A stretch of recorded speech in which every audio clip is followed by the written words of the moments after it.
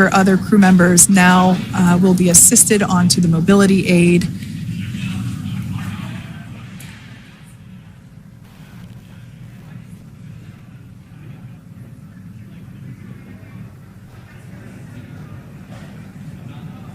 There we have it, some waves, some thumbs up, and some smiles. We're getting some views of him now as he egresses or exits the spacecraft.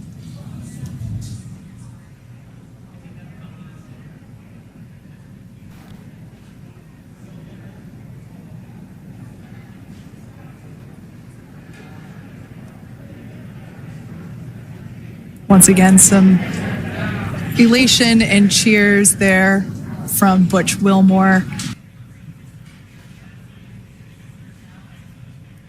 We can see folks on board clapping as our first crew member.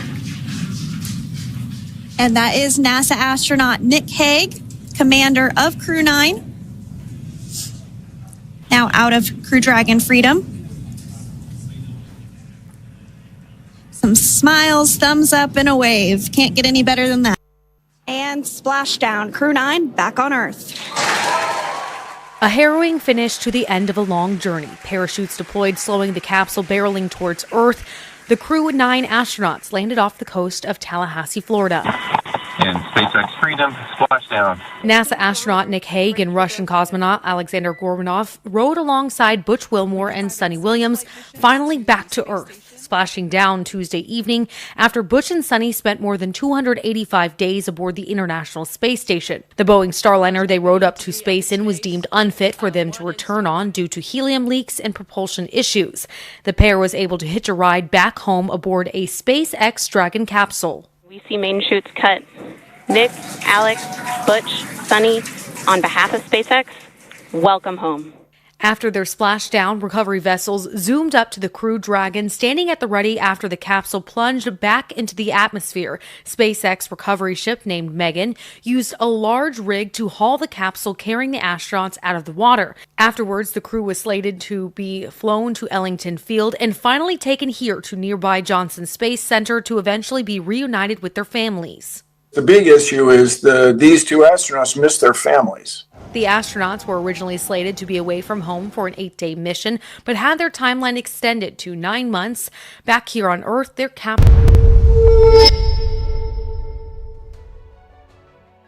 Hello, namaskar. This is First Post, and you're watching Vantage with me, Palki Sharma.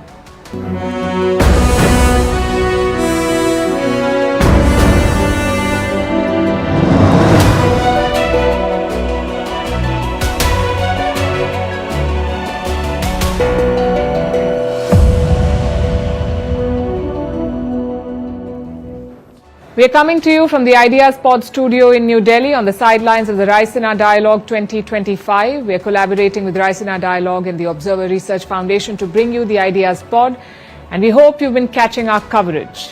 Today on Vantage, we begin with the war in Ukraine. A critical call took place yesterday between US President Donald Trump and his Russian counterpart Vladimir Putin. Trump has been pushing for a ceasefire in Ukraine, and he got Putin's nod, but only for a partial ceasefire.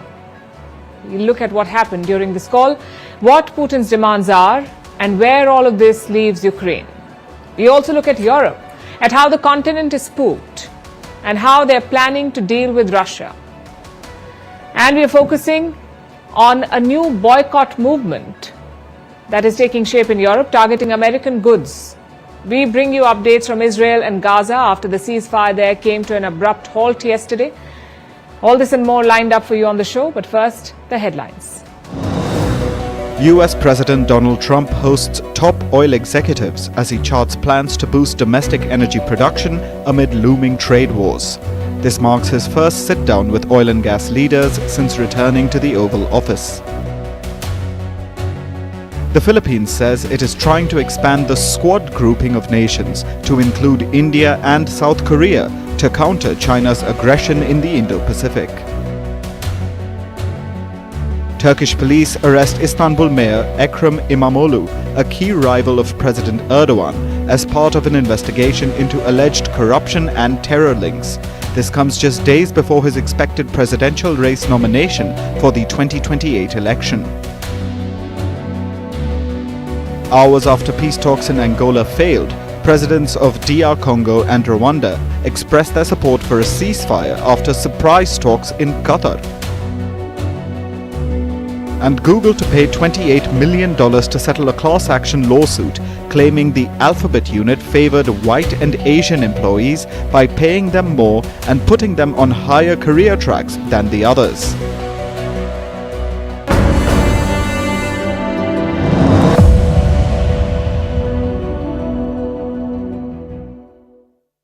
Donald Trump and Vladimir Putin have spoken, and the verdict is in.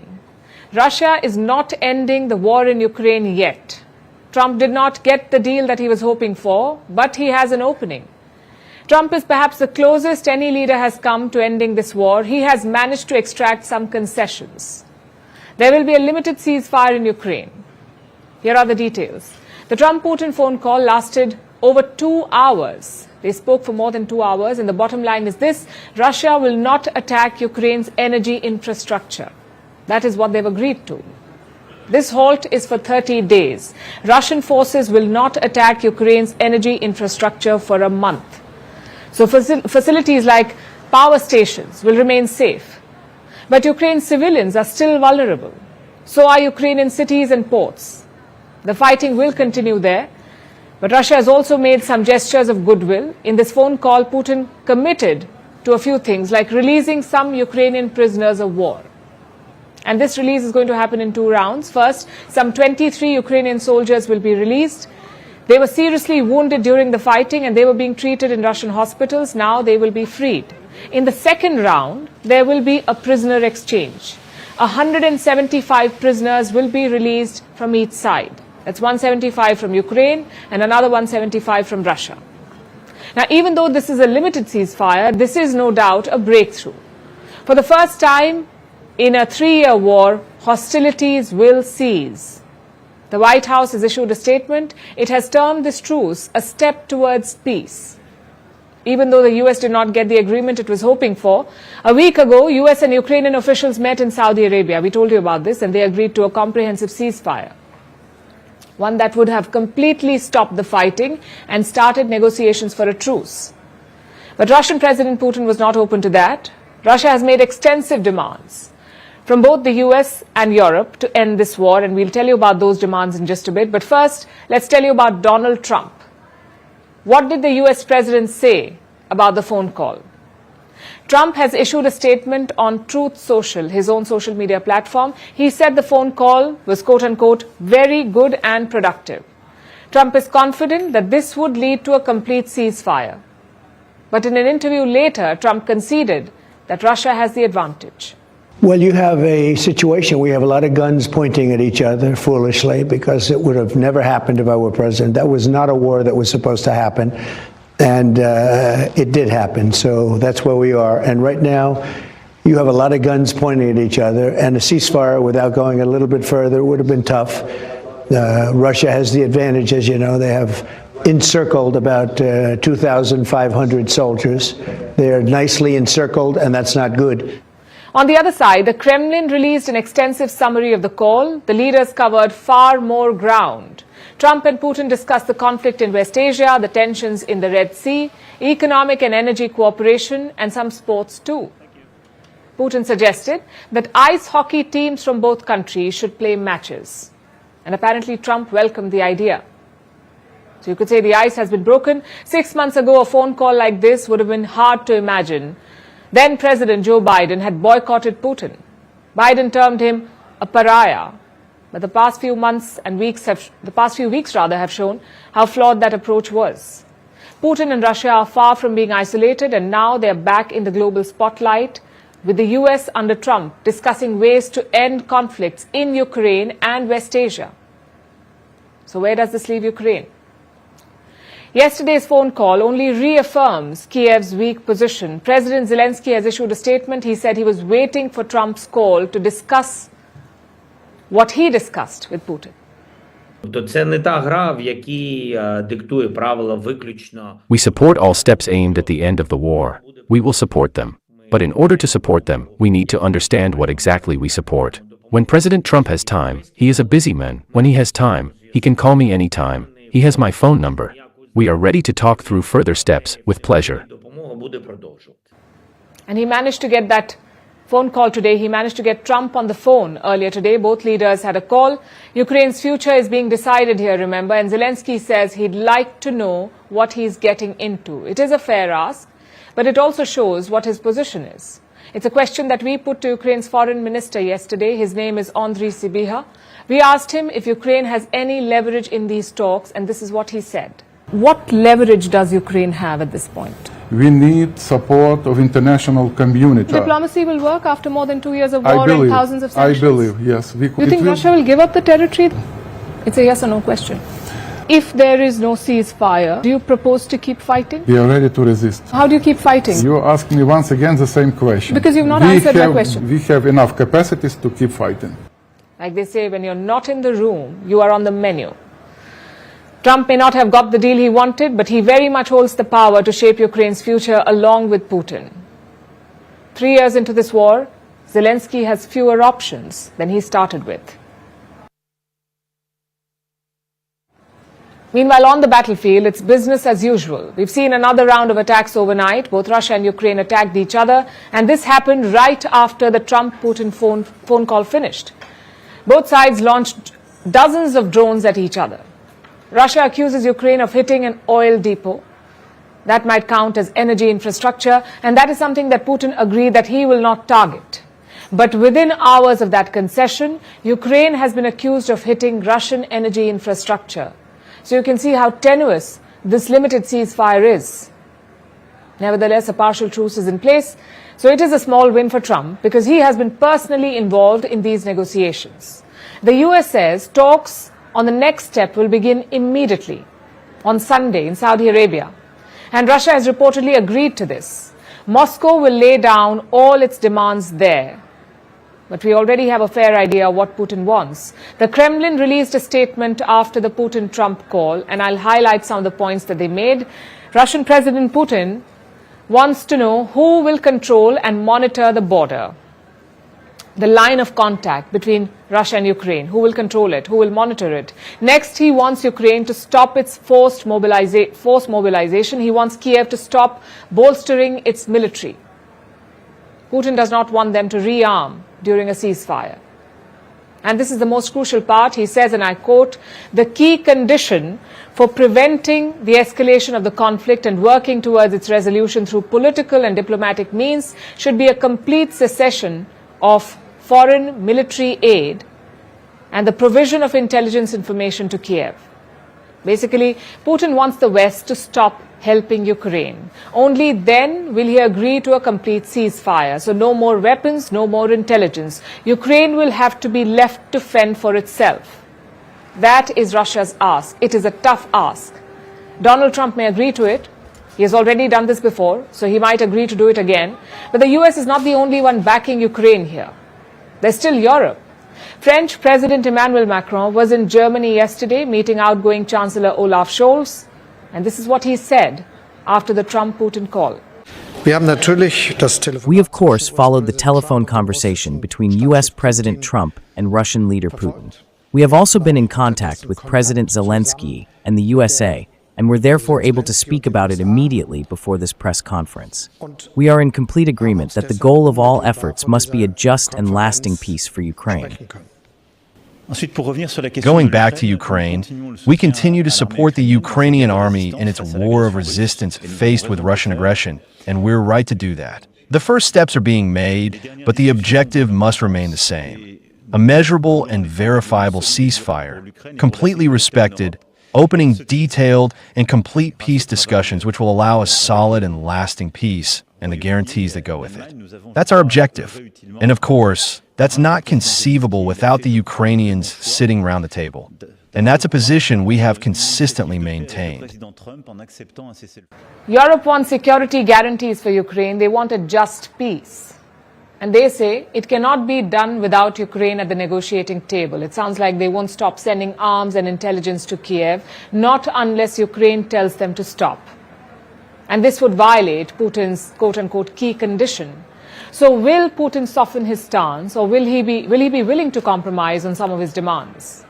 It appears unlikely at the moment, but we will know for sure after the talks on Sunday.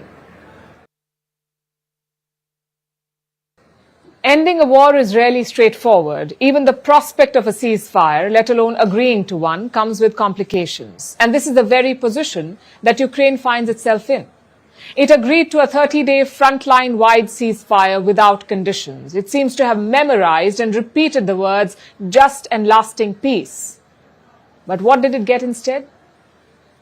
A theatrical week-long wait, then a limited ceasefire, and a Kremlin readout which says prisoner swaps, hockey matches, more talks, and a month-long mutual pause on energy infrastructure attacks. That's the gist of it. Like we said, it is complicated. Take the last bit, for instance. Moscow says it won't attack Ukraine's energy infrastructure if Kiev agrees to do the same. But we told you what happened last night. Both sides launched air attacks on each other. Russia accuses Ukraine of hitting an oil depot.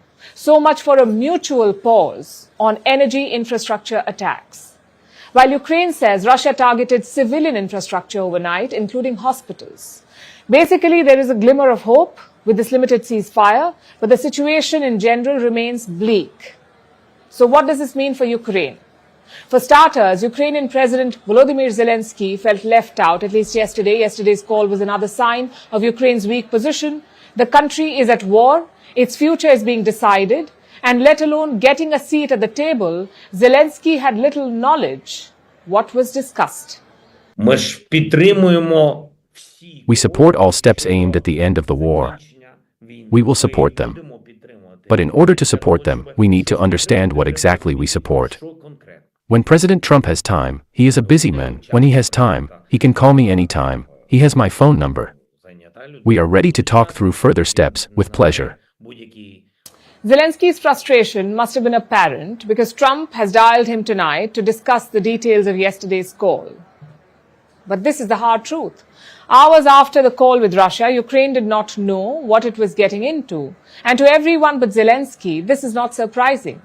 In recent days, Moscow has ramped up attacks. It has pushed to drive out Ukrainian troops from the Kursk region, which could have been an important bargaining chip for Kiev in potential negotiations. Now Ukraine is clearly deprived of it. And this gives Russia momentum on the battlefield and a stronger hand at the negotiation table. With Trump, of course. Last month, Trump's rhetoric may have been harsh, but he gave Zelenskyy the gist of the matter.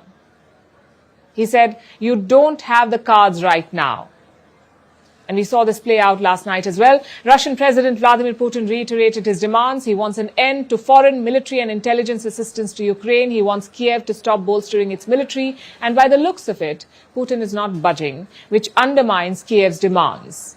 It wants the ability to defend itself, and it wants this ability to remain unrestricted. It is not type of the game where Putin is the only one to impose his rules. I think military aid will continue. We have aid from both the United States and our European colleagues. I am certain there will be no betrayal from the partner's side and that the flow of military aid will continue. Well, he is right. This is not a game. This is a conflict. And no matter how entertaining the theatrics, no matter how many narratives politicians spin, outcomes of conflicts are determined on the battlefield, where Kiev remains weak. And yesterday's phone call proves this. It underscores how Ukraine's alternative to a war in its fourth year cannot be the utopia of the just and lasting peace that it wants. Peace in Ukraine will come at a price, and maybe Zelenskyy should make peace with that. So those were the main players, the US, Russia and Ukraine. But what about the rest? What about the Western nations backing Ukraine? Well, they are still terrified. They are afraid that Russia will target them next, once it is done with Ukraine. So Europe is gearing up to defend itself. A number of events have just taken place across multiple European countries within the last 2 days. Let's go through them one by one, and we are starting with Germany. It is Europe's economic powerhouse. Yesterday it broke its shackles. It relaxed its borrowing rules. This allows Germany to take on more debt, to borrow money to spend more on defense. It wasn't easy, of course. It required a 2/3 majority in the German parliament. But the incoming Chancellor, Friedrich Merz, said that there was no other option. This was the pitch he made before German lawmakers. We have believed in a deceptive security in our society for at least a decade, probably much more. Now we have to rebuild our defense capabilities, partly from scratch, using a technology-driven defense and procurement strategy, with automated systems, with autonomous European satellite surveillance, with armed drones, and with many modern defense systems. And such a debt can only be justified under very specific circumstances and conditions. The circumstances are primarily determined by Putin's war of aggression against Europe. It is indeed a war against Europe, not just a war against the territorial integrity of Ukraine. Merz said Germany needed to take on debt to improve its defenses. If it did not, Vladimir Putin would come for them. It's a bit like the story that parents tell their children, eat all your veggies or the scary monster will come and get you. Merz basically did the same thing, and it worked. Ballots cast 720, yes votes 513, no votes 207, no abstentions. According to Article 79, Paragraph 2 of the Basic Law, the adoption of the law requires a two-thirds majority of the members of the German Bundestag. That would be 489 yes votes. The proposed bill has been approved with the required majority. Some German citizens may not want to increase their debt. They may be horrified with what just happened. But you know who's happy? France. I wanted to come back to several things. Firstly, to congratulate you on the historic vote of the Bundestag, which is good news for Germany and good news for Europe. Good news because it will mean more for defense and investment, and we need it. French President Emmanuel Macron is thrilled because this fits right into his plans. Germany will loosen the purse strings and spend more on defense. Macron has long been talking about bolstering European defense. He wants an army for Europe. He has decided that France too will spend more on upgrading its defenses. President Macron made this announcement yesterday. And I want to tell you that the Air Force will benefit from more orders of Rafales. This is a necessity in the current context. It is also a natural choice to integrate the effort of the airmen vis-a-vis Ukraine with the decommissioning of our Mirage jets. Yes, we will increase and accelerate our orders for Rafales. France plans to modernize its air force. It plans to buy more Rafale fighter jets to upgrade its existing squadrons. So that was France and Germany. These are Europe's biggest economies, but they aren't the only ones planning for Russian aggression. Eastern European nations are arguably more scared. Nations like Poland, Estonia, Lithuania, and Latvia, they are the ones that border Russia. They have previously been ruled by Moscow directly or indirectly, so these nations are on high alert and they have come up with a plan. Admittedly, a rather old-fashioned one. Poland and the Baltic nations are bringing back landmines. About 160 countries around the world have banned the use of landmines. We're talking about anti-personnel landmines, the ones that target humans. They were first banned in 1997. The Baltic nations joined this ban only in 2005 and Poland joined in 2012. But now these four countries are pulling out because they say Russia cannot be trusted. So you see how Europe is using the threat of Russia to arm itself. And this is bound to increase tensions and possibly anger Russia further. Let's hope Europe's fear-mongering does not become a self-fulfilling prophecy. So Europe is scared. It is gearing up to defend itself and bolstering its military. Do you know what else it is doing? Europe is preparing for the worst-case scenario with bunkers and survival kits for its people. And France is the latest country to join this club. It is working on a survival manual. This is a bit like a guide. It will tell people how they can protect themselves in the face of an imminent threat like war. So what will the survival manual include? And which other European countries are coming up with bunker plans and survival kits? Here's a report. Europe is scared. The threat of a Russian attack looms large, so European countries are gearing up to defend themselves. Look at France. President Emmanuel Macron is boosting the country's air force. He wants to increase orders for Rafale fighter jets. He wants to prepare in case of a potential confrontation and be ready whether or not the United States stays by France's side. Notre pays et notre continent. Our country and our continent will have to continue to defend, equip, and prepare if we want to avoid war. That is the choice we have made and will continue to make. Deterrence is a historical and essential component of the defense of the nation, and it is an opportunity for our country. That is why we will continue to strengthen each of its components. But that's not all that France is doing. The government is also preparing for the worst-case scenario, and it wants the citizens to be prepared as well. Which is why France plans to send a survival manual to every household in the country. What will this manual include? It will be a 20-page booklet. It will advise people on how they can protect themselves in case of an imminent threat. The manual will also have emergency numbers and simple reminders like closing one's doors and windows during a nuclear threat. Apart from this booklet, France also plans to urge people to prepare a survival kit for themselves with water, tins of food, batteries, torches, and basic medical supplies. The purpose of this, according to the government, is to ensure the resilience of populations in the face of all types of crisis, whether natural, technological, cyber, or security related. It is clear why France is worried. Nul ne sait dire ce qui adviendra dans les mois, les années qui viennent. No one knows what will happen in the months, years to come. What I want is for us to be ready. What I want is for us to be protected. Culture de l'engagement, à la force de nos armées.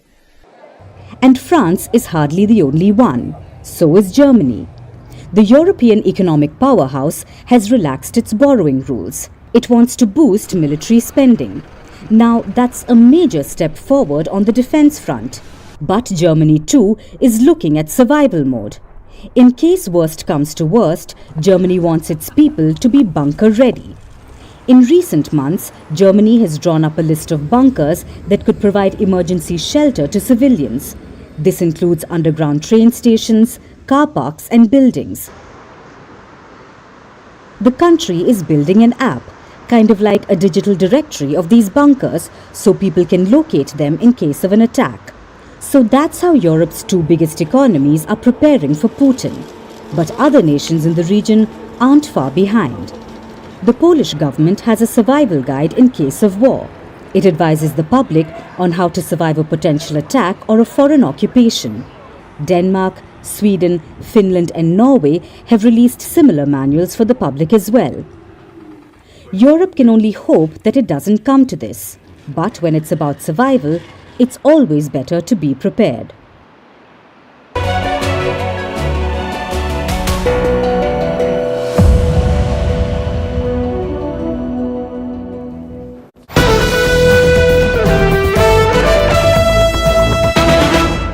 And Splashdown Crew-9 back on Earth. A harrowing finish to the end of a long journey. Parachutes deployed, slowing the capsule barreling towards Earth. The Crew-9 astronauts landed off the coast of Tallahassee, Florida. In SpaceX Freedom, Splashdown. NASA astronaut Nick Hague and Russian cosmonaut Alexander Gorbanov rode alongside Butch Wilmore and Sunny Williams, finally back to Earth, splashing down Tuesday evening after Butch and Sunny spent more than 285 days aboard the International Space Station. The Boeing Starliner they rode up to space in was deemed unfit for them to return on due to helium leaks and propulsion issues. The pair was able to hitch a ride back home aboard a SpaceX Dragon capsule. We see main chutes cut. Nick, Alex, Butch, Sunny, on behalf of SpaceX, welcome home. After their splashdown, recovery vessels zoomed up to the Crew Dragon, standing at the ready after the capsule plunged back into the atmosphere. SpaceX recovery ship named Megan used a large rig to haul the capsule carrying the astronauts out of the water. Afterwards, the crew was slated to be flown to Ellington Field and finally taken here to nearby Johnson Space Center to eventually be reunited with their families. The big issue is these two astronauts missed their families. The astronauts were originally slated to be away from home for an 8-day mission, but had their timeline extended to 9 months. Back here on Earth, their capsule was greeted by dolphins. At the Johnson Space Center, I'm Lee Waldman. For the recovery teams themselves, we started the day taking a series of helicopters out to the vessel.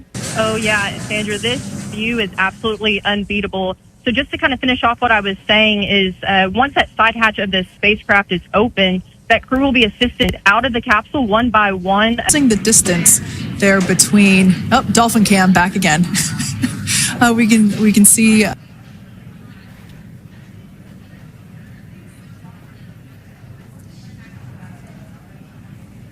So once securely on... Welcome aboard the recovery vessel. Recovery personnel are completing final checks.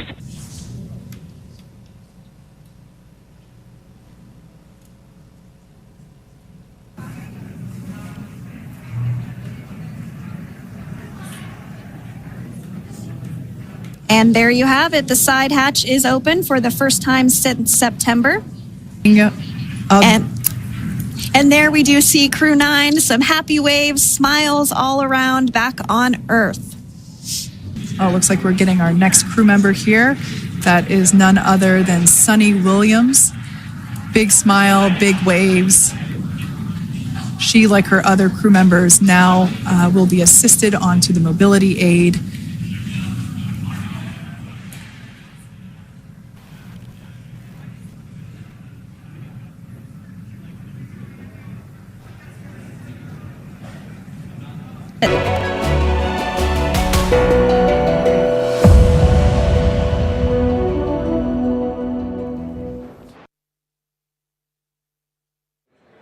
The previous story showed you how Europe is scared, but many in the continent are also angry. I'm talking about ordinary people, your average Joe, or I suppose your average Johan. Either way, ordinary Europeans are angry, and not just at Russia, but increasingly also at America. And this is thanks to US President Donald Trump. Trump's stance on Ukraine has upset some Europeans. They feel it's a betrayal of Western values to support Putin over Zelenskyy. And that's one reason for the anger, but perhaps the bigger reason is Trump's trade war. Donald Trump has threatened to impose tariffs on everyone. He has already done it to Canada and Mexico. He has tariffed steel and aluminium from everywhere, but things are about to get worse. New tariffs are set to arrive on the 2nd of April, and it's likely that no one will be spared. No matter how closely they're linked to the US, they will face American tariffs, and this has hurt the Europeans, who see the tariffs as a betrayal of the Western alliance. Ordinary people, of course, cannot influence geopolitics, not directly at least, but they can exercise the power of their wallets. An average person can still make their frustration felt by choosing to boycott American goods, and that's exactly what the Europeans seem to be doing. They're boycotting American brands or products made in the US, and leading the charge are the Nordic countries. Denmark, of course, right up front. The Danes are especially angry because of Trump's tariffs, his approach to Ukraine and Greenland. Greenland, as you would know, is an autonomous Danish territory, but Trump wants to take it over. This has angered ordinary Danish citizens, so they are finding ways to push back. Denmark's biggest supermarket chain is helping with the boycott. It has come up with a simple identification system, a black star on its price tags. The star means that a product is made in Europe. It's as simple as that. The supermarket still stocks American goods. They haven't been removed, but the star system makes boycotting US goods easier. And this is just the tip of the iceberg. You have new apps coming out allowing people to scan products and determine if they are European.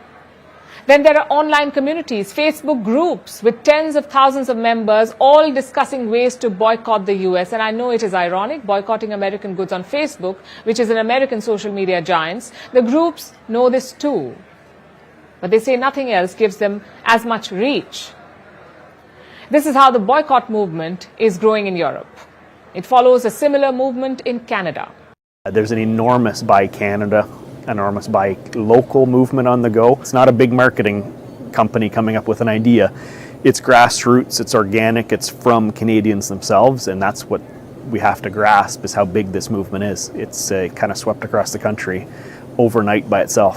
The movement seems to be sweeping across Europe as well, and it seems to have swept away one brand in particular, Tesla. These days, Tesla CEO Elon Musk is synonymous with Trump because he funded Trump's election campaign, and now he's a top advisor to the US president. So obviously, Europeans are targeting Musk too. Tesla sales in Europe were down by 45% in January, 45% compared to a year ago. Europeans are switching to local alternatives, even if they're more expensive. And sometimes the anti-Tesla sentiment has turned violent. The cars have even been set on fire. All of this shows European anger. It would have been unthinkable just a few months ago, this level of anger against the United States of America. But this is the reality now, and things may get worse on April 2nd, when the new batch of Trump tariffs come into effect. Last year, Ramzan in Gaza started on an optimistic note. There were ceasefire talks. Those talks did not yield peace, but this year the Strip has had more to cheer about. A ceasefire deal was finally reached and Gaza was picking up the pieces, especially during the holy month for Muslims. They were hoping for an Eid without airstrikes. But Israel's strikes have shattered all such hopes. On Monday, Gazans woke up to Israeli airstrikes. More than 400 people have reportedly been killed, including 174 children. It is one of the single highest one-day child death tolls in Gaza's history. And Israel says it is not done. Reports suggest that it is preparing for more strikes. Prime Minister Benjamin Netanyahu says all negotiations will now take place under fire. I have promised you many times, if Hamas persists in its refusal and does not release our hostages, we will return to fighting. And indeed, we have returned to fighting. We have returned to fighting with strength. From now on, Israel will act against Hamas with ever-increasing force. From now on, negotiations will take place only under fire.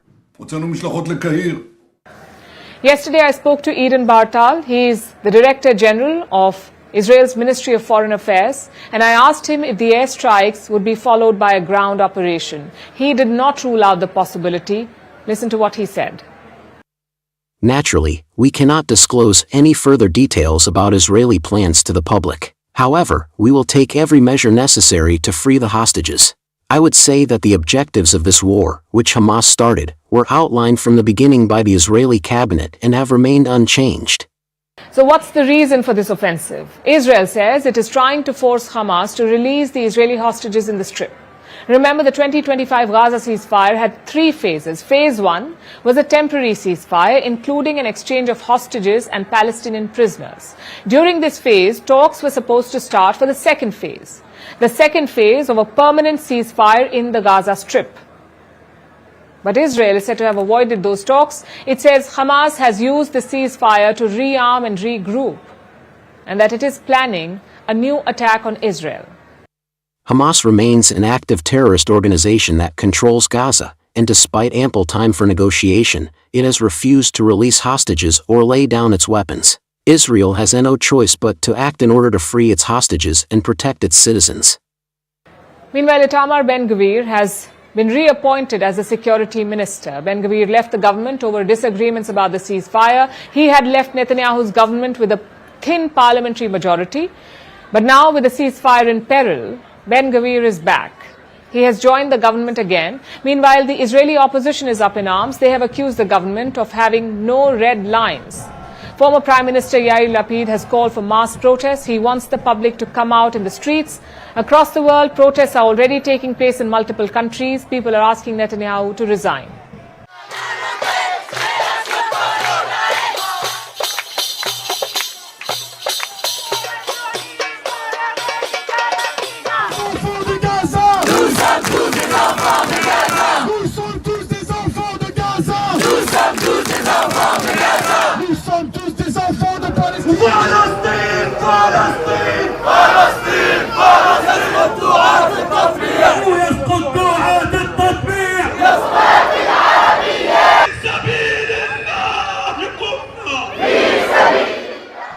This crisis is no longer confined to Gaza.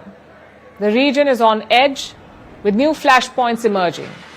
US forces have bombed several places in Yemen.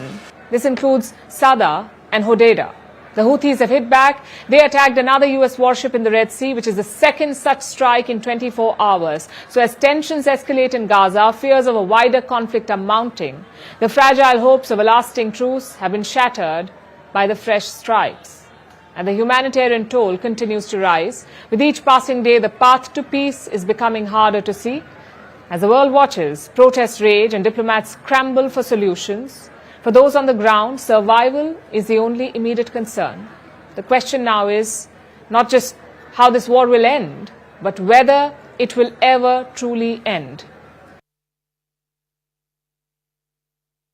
Now let's talk about trade, or rather the weaponization of trade as a form of foreign policy. We are seeing it in real time with the way Donald Trump uses tariffs. He slaps tariffs on Canada. They respond in kind. So then Trump threatens to double the tariffs. He tariffs the EU. They respond. So Trump threatens 200% tariffs on wine and champagne. Clearly, tariffs are no longer being imposed just for economic advantage or protectionism. They are now being used punitively to force another country's hand. But Trump did not start this trend. It has been going on for years with sanctions. The concept of economic sanctions is essentially the same: the weaponization of trade. Earlier today, I spoke about this to Dr. S. Jaishankar, India's External Affairs Minister, at the ongoing Raisina dialogue. Take a look. I want to ask you, historically, India has shied away from weaponizing trade and financial institutions, and you yourself have said that we are not in favor of national sanctions. But with the way the landscape is changing, and you've heard all the other players speak, do you think that trade barriers and tariffs and tech sanctions or tech restrictions have a place in our foreign policy, or should have a place in our foreign policy? Before I come to that, I just want to say, I can see there are really three capitalists sitting on this side, but I'm impressed to be seen as a commissar. It's a term from my youth, and I was quite amused to see it being used in this age, but I take it as a compliment. Now, your point, tariffs, sanctions, what's happening, export controls. I think whether we would like it or not, they are a reality. Countries use them. In fact, if one looks at the last decade, I would say we have seen a much greater weaponization of pretty much any kind of capability or any kind of economic activity. It could be financial flows, it could be energy supplies, it could be technology. This is the reality of the world.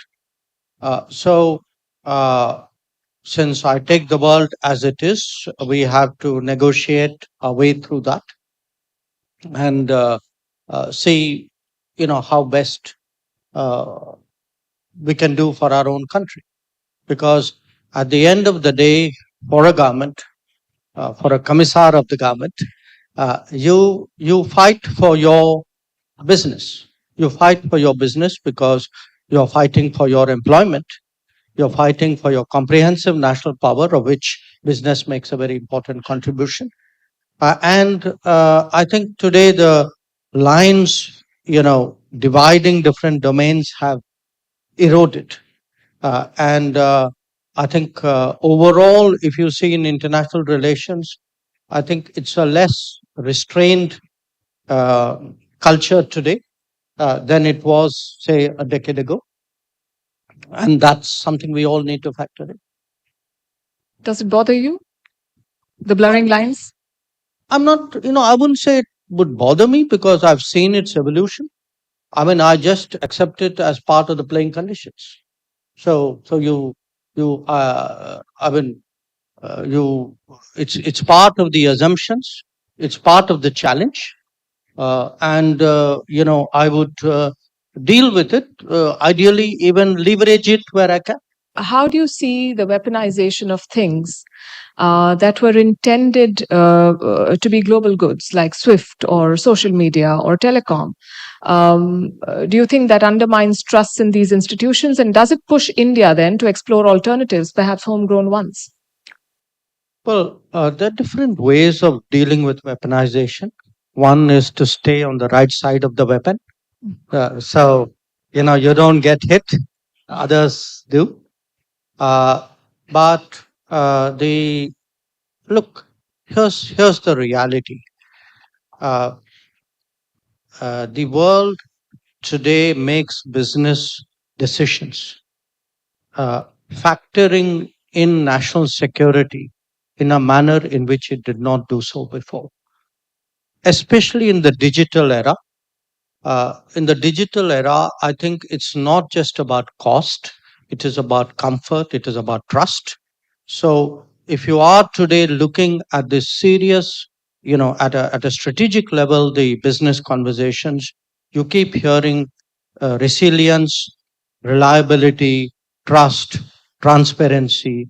So you want to do business more and more with those with whom you are secure.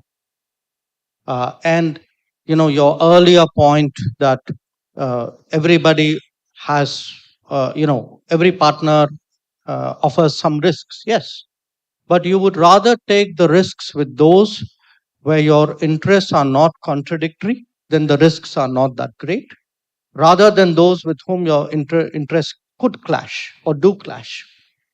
So I would argue today that countries in a way need a kind of a macro business strategy. And certainly, when you look at India, when we look at the world today, we see, we are involved right now in 3 big trade negotiations with the EU, with the UK, and now with the United States. These are our growth markets. These are our technology partners. This is where people go for education. This is where people go for tourism. These are in many ways our connectivity partners. They are our strategic partners. So when we make choices, it's no longer just efficiency and cost. I think there are economic factors which I think increasingly influence business decisions. Sometimes you can be put in a situation where we say, let me devise something alternative because that is a compulsion of the day. But I would argue that's an aberration rather than than some kind of strategic desire to replace a particular system. If we can make the current system work for us, it's the smarter thing to do. Right.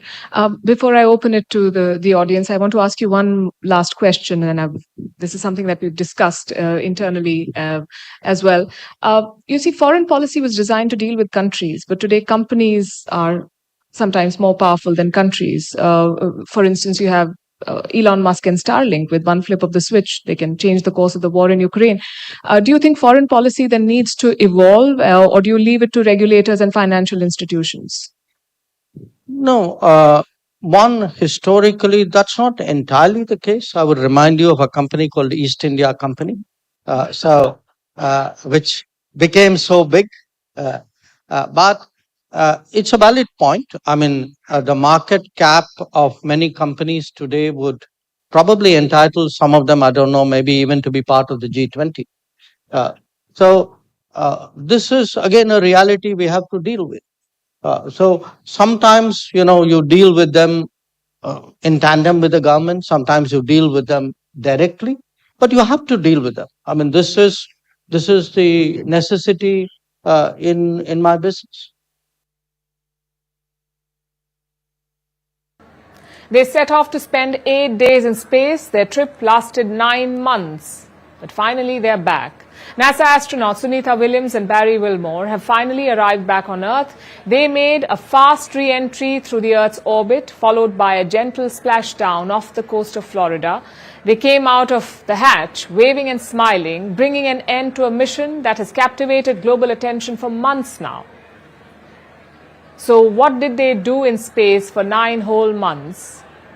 How was their journey back? What lies ahead of them in terms of recovery, and how is the world reacting to their return? Our next report tells you. The task get going, and you have. Earth circled 4,576 times. Good handle. Distance traveled 195 million kilometers.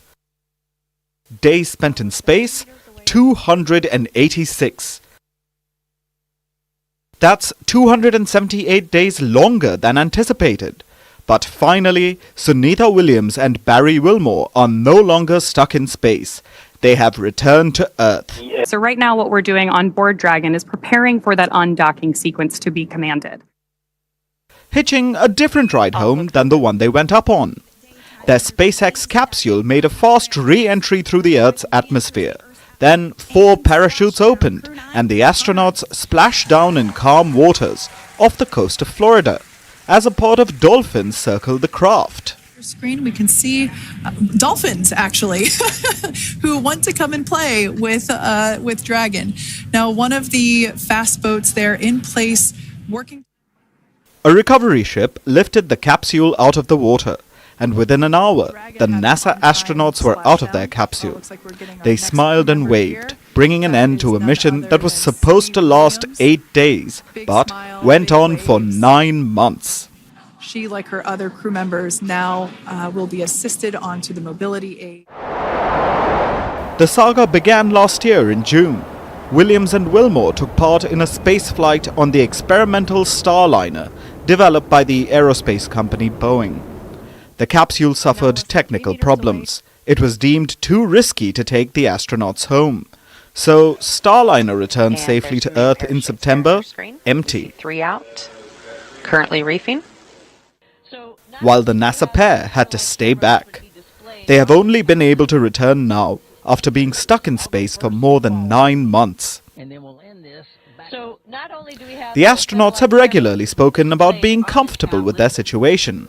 While they were up there, they carried out an array of experiments. They conducted spacewalks. In fact, Williams broke the record for the woman who spent the most hours outside a space station. Number 2, the team also played dress up for Christmas. We have here with us to just prepare, which will be sort of fun.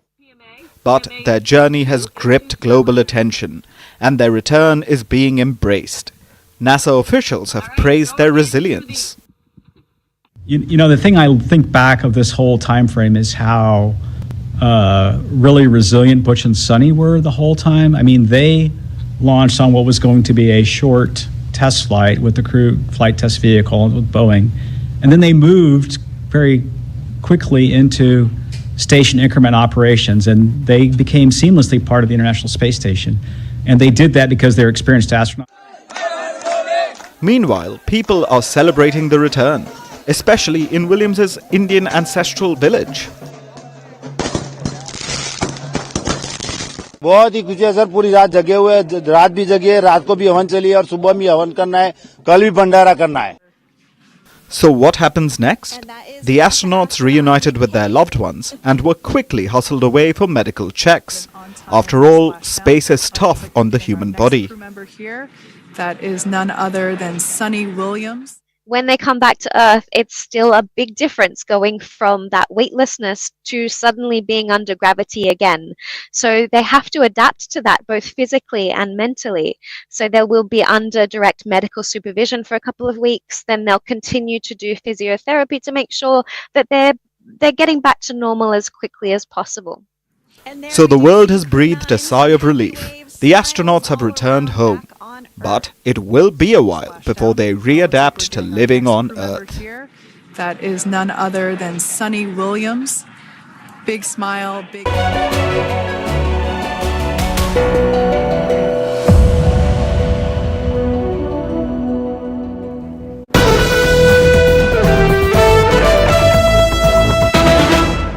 And Splashdown, Crew-9 back on Earth.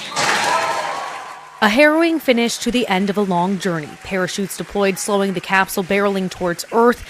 The Crew-9 astronauts landed off the coast of Tallahassee, Florida. In SpaceX Freedom, Splashdown. NASA astronaut Nick Hague and Russian cosmonaut Alexander Gorbanov rode alongside Butch Wilmore and Sunny Williams, finally back to Earth, splashing down Tuesday evening after Butch and Sunny spent more than 285 days aboard the International Space Station. The Boeing Starliner they rode up to space in was deemed unfit for them to return on due to helium leaks and propulsion issues. The pair was able to hitch a ride back home aboard a SpaceX Dragon capsule. We see main chutes cut. Nick, Alex, Butch, Sunny, on behalf of SpaceX, welcome home. After their splashdown, recovery vessels zoomed up to the Crew Dragon, standing at the ready after the capsule plunged back into the atmosphere. SpaceX recovery ship named Megan used a large rig to haul the capsule carrying the astronauts out of the water. Afterwards, the crew was slated to be flown to Ellington Field and finally taken here to nearby Johnson Space Center to eventually be reunited with their families. The big issue is these two astronauts missed their families. The astronauts were originally slated to be away from home for an 8-day mission, but had their timeline extended to 9 months. Back here on Earth, their capsule was greeted by dolphins. At the Johnson Space Center, I'm Lee Waldman. For the recovery teams themselves, we started the day taking a series of helicopters out to the vessel. Oh yeah, Sandra, this view is absolutely unbeatable. So just to kind of finish off what I was saying is once that side hatch of the spacecraft is open, that crew will be assisted out of the capsule one by one. The distance there between, dolphin cam back again. we can see.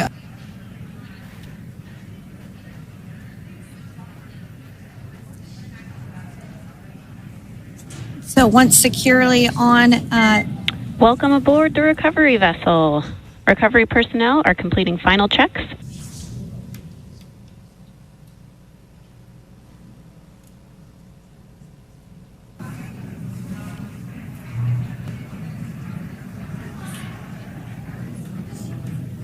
And there you have it. The side hatch is open for the first time since September. Yeah. And there we do see Crew-9, some happy waves, smiles all around back on Earth. Oh, looks like we're getting our next crew member here. That is none other than Sunny Williams. Big smile, big waves. She, like her other crew members, now will be assisted onto the mobility aid.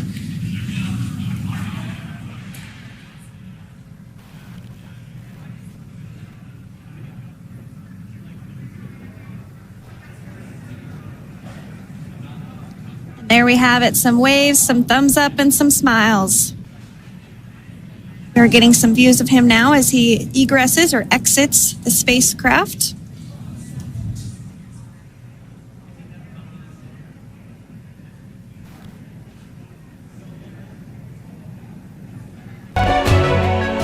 Vantage continues after a short break.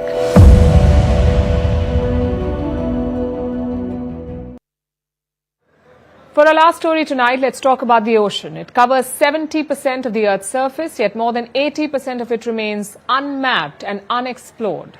Simply put, we know very little about the ocean. But a new discovery could upend what we do know. According to a recent study, lumpy metallic rocks in the deepest reaches of the ocean could be making oxygen. These are rocks in the darkest pits of the ocean. Sunlight does not reach these depths, but scientists say that this is where some rocks are producing oxygen, or what's being called dark oxygen. How is this possible, and what does this mean for us? Here is a report. Oxygen is vital for life. About half the oxygen we breathe comes from the ocean. It is made by marine plants as they photosynthesize. As you already know, this process requires sunlight.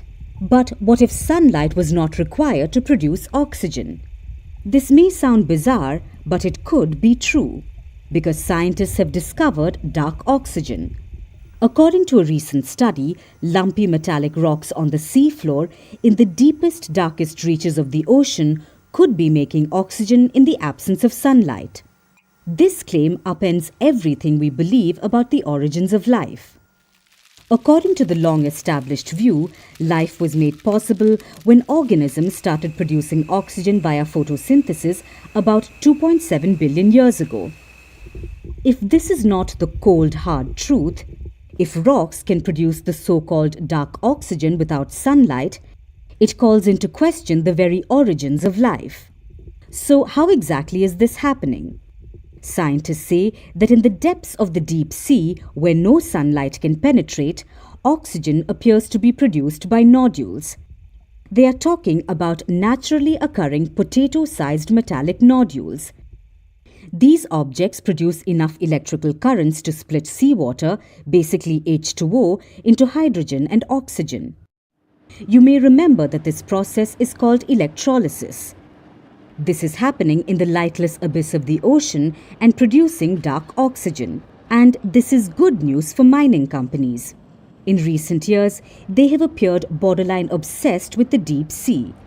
Several deep-sea mining companies have been eager to extract precious metals from the ocean bed. And these nodules are treasure for them because they can act like batteries. But this comes with many risks.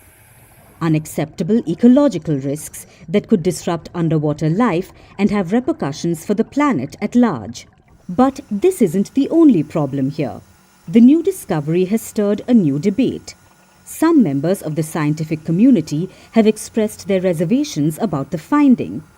They say that the dark oxygen discovery was partly funded by a Canadian deep-sea mining company, which could bring the finding and its assumptions into question. That said, if dark oxygen exists and if lumpy rocks are producing it under the sea, then this discovery is one for the history books. And now it's time for Vantage Shots, images that tell the story. In Hungary, chaos erupts in the parliament as leaders light smoke flares. In North Macedonia, a town square turns into a sea of light in the memory of the nightclub fire victims. In India, people gather on the streets to celebrate Rang Panchami, which is marked on the 5th day after the festival of Holi. And finally, we are taking you back in history. On this day in 2003, the US invaded Iraq to oust dictator Saddam Hussein. Washington claimed that Iraq had weapons of mass destruction. 461,000 people died in that war. It cost the US $3 trillion, but no weapons of mass destruction were found in Iraq. We're leaving you on that note. Thank you for watching. We'll see you tomorrow.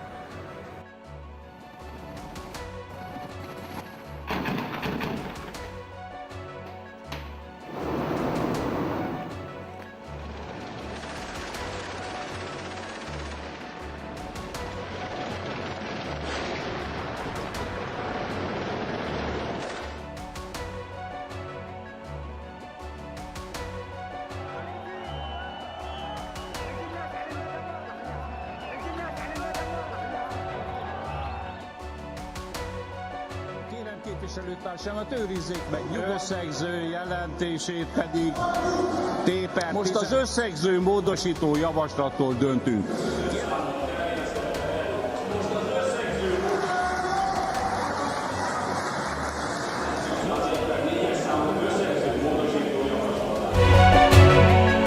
Vantage continues after a short break.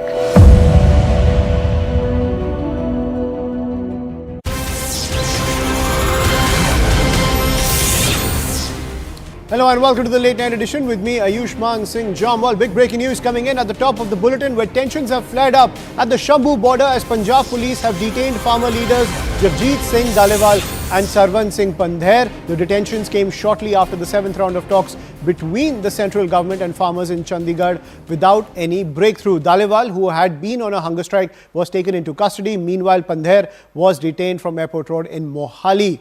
Clashes were reportedly took place between farmers as well as the police. Now, what we are learning is that there was some scuffle between the police and the protesting farmers during this clearance operation. Those are the visuals on your screen. As you can see, near the Shambhu border, these clearance operations are taking place by the Punjab police. Authorities also have suspended internet services at the Kanuri border. I'm joined by my colleague Anshul on the broadcast on this big piece of news that's coming in to get the latest from Ground Zero. Anshul, clearly the Punjab police taking matters into their own hands now, trying to clear these protesters near the Shambhu border. What's the latest from Ground Zero?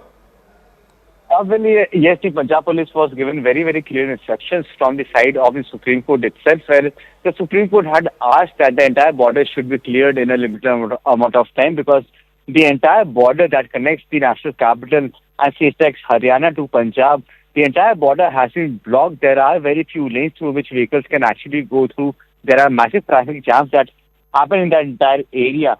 Now, after the version that has come out, after the verdict that has come out from the Supreme Court itself, now the Punjab has taken the entire own hands and have made sure that each and every protest sitting over there, many days, probably for the last few years, it can be actually dealt. There was no resolution that was found to. Remember, over the last few weeks, there a massive confrontation that has happened with the Chief Minister of Punjab, that is Bhagwat Mann, and the protesting farmers who have been sitting on Shambu and Karnali border over the last at least 1 year. Recently, there was this tussle that happened between them. In fact, on record and said that the farmers do not want to solve their issues and they want to sit on protest, whereas the farmers came on record and said that the kind of attitude that has from the Chief Minister of Punjab, this is something that is absolutely unacceptable.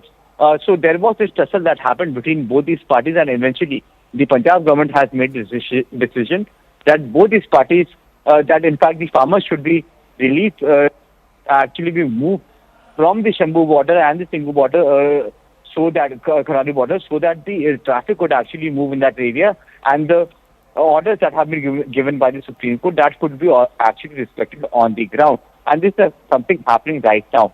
But the issue that relies over that still sustains over here is that the farmer leaders of Punjab have called for other protesters and other supporting bodies to come in and join into their entire protest. And from tomorrow, we can expect that there could be a massive ruckus that will erupt on the Punjab and Haryana border. It remains to be seen if at all the Punjab government or the Haryana government would be able to sustain these entire protests and make sure that the noises that have been made at this point in time, that should not be repeated. But this is going to be a very, very uphill task for these governments, and tomorrow we'll get an exact picture if at all the Punjab government has been successfully able to give out the results that the Supreme Court had wanted from them. Right. Thank you, Anshul, for getting us the latest. We will continue to track all the developments coming in on that front, but this has also sparked a political war of words. Let's listen in. जब ये Ludhiana waste की election के लिए गए तो पंजाब के जितने भी व्यापारी थे उन लोगों ने इकट्ठे होकर ये बोला भी हम आपको वोट क्यों दें, आपने तो सारे रास्ते ही बंद कर रखे हैं, हमारा तो पंजाब का व्यापार ही बिल्कुल डूब गया, तो आप वोट किस चीज की मांग रहे हो। तो सिर्फ और सिर्फ अपनी राज्यसभा के लिए केजरीवाल जी और उनको वोट लेने के लिए लुधियाना वेस्ट से ये दोनों लीडर, किसान लीडर डलेवाल और पंधेर को उन्होंने आज मीटिंग के बाद उठवाया। हम